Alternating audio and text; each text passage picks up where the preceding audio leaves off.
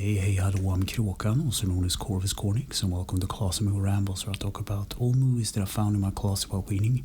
This week's movie is the Akira Kurosawa short, The Village of the Watermills. It's about 20 minutes long, and it starts with a young man arriving at the village, seeing some kids placing some flowers on a rock, and he finds an old man by the waterside, and he decides to talk to him, and this man is repairing one of the water wheels for the mill.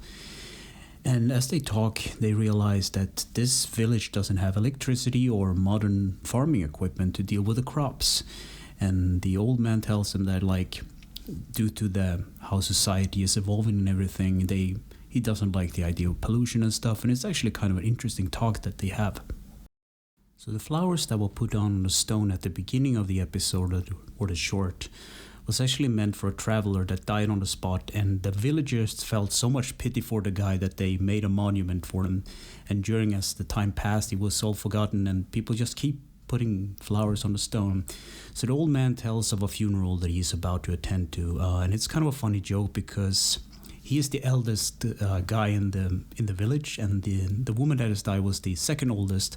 So he tells the young man that he had a crush on her back in the day, but she broke her heart and left with someone else, and he's laughing about it. It's kind of funny. So the old man attends the funeral, and the young man watches, and it's kind of this sad and yet funny thing where it's sort of a joyous occasion.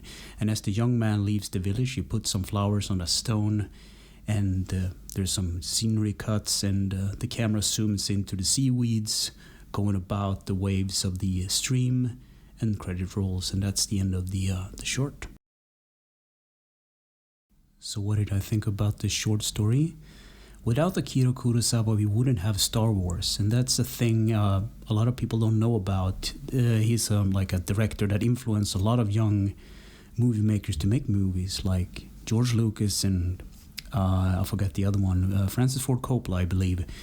And it's one of the things that Akira Kurosawa did really well was visual storytelling. He can tell a story just by showing people's reaction in the environment. And this young man arrived at this beautiful, close to nature kind of settlement or small village near the water, where a lot of windmills are just going about. It's been like that for hundreds of years, and things just work out. And this young man, he's like, don't you have electricity? Don't you have farming equipment? And the old man, while he's repairing the wheel, he says no, it just works. But what do you do at night when it's dark? Well, then we sleep because it's dark. You don't need lights. It's just I like the whole idea of the visual storytelling and everything.